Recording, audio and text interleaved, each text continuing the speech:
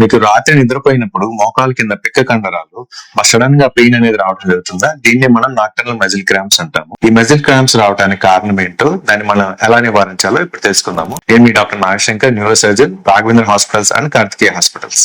ఈ క్రాంప్ అంటే కండ పట్టేయటము, కండ నొప్పి రావటము, కాలు మజిల్ అంతా కూడా తిమ్మిరిగా ఉంటాము, ఆ మోకాల కింద నుంచి యాంకిల్ వరకు కూడా బాగా తిమ్మిరి ఉంటాం, రెండు కాళ్ళకి ఇలా రావడం అనేది జరుగుతుంది అనమాట. ఈ తిమ్మిరి రావడానికి కారణాలు అంటే క్రాంప్స్ రావడానికి కారణాలు ఏంటంటే ఫస్ట్ అండ్ మోస్ట్ ఇంపార్టెంట్ కారణం అంటే మనం వాటర్ సరిగ్గా తీసుకోలేకపోవడం అంటే డీహైడ్రేషన్ అనమాట.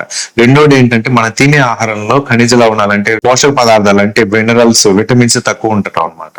మన శరీరంలో కాల్షియము, పొటాషియము, సోడియము ఇటువంటి మినరల్స్ తక్కువ ఉన్నా కూడా మజిల్ క్రాంప్ అనేది వస్తుంది. మనం తీసుకునే ఆహారంలో విటమిన్ B1 అంటే థైమిన్ తక్కువ ఉంటాము, విటమిన్ B12 తక్కువ ఉంటాము. ఇది రాకుండా మనం ఏం చేయాలంటే అడిక్వేట్ గా వాటర్ తీసుకోవటం అంటే డిహైడ్రేషన్ లేకుండా వాటర్ బాగా తీసుకోవటం, మంచి పోషకాహార పదార్థాలు తీసుకోవటం, ఆకుకూరలు బాగా తీసుకోవాలి. మెగ్నీషియం ఉన్న నట్స్ ఉంటాయి, ఈ నట్స్ అంటే బాదం పప్పులు కానీ వీటన్నిటిలో మెగ్నీషియం ఎక్కువ ఉంటుంది.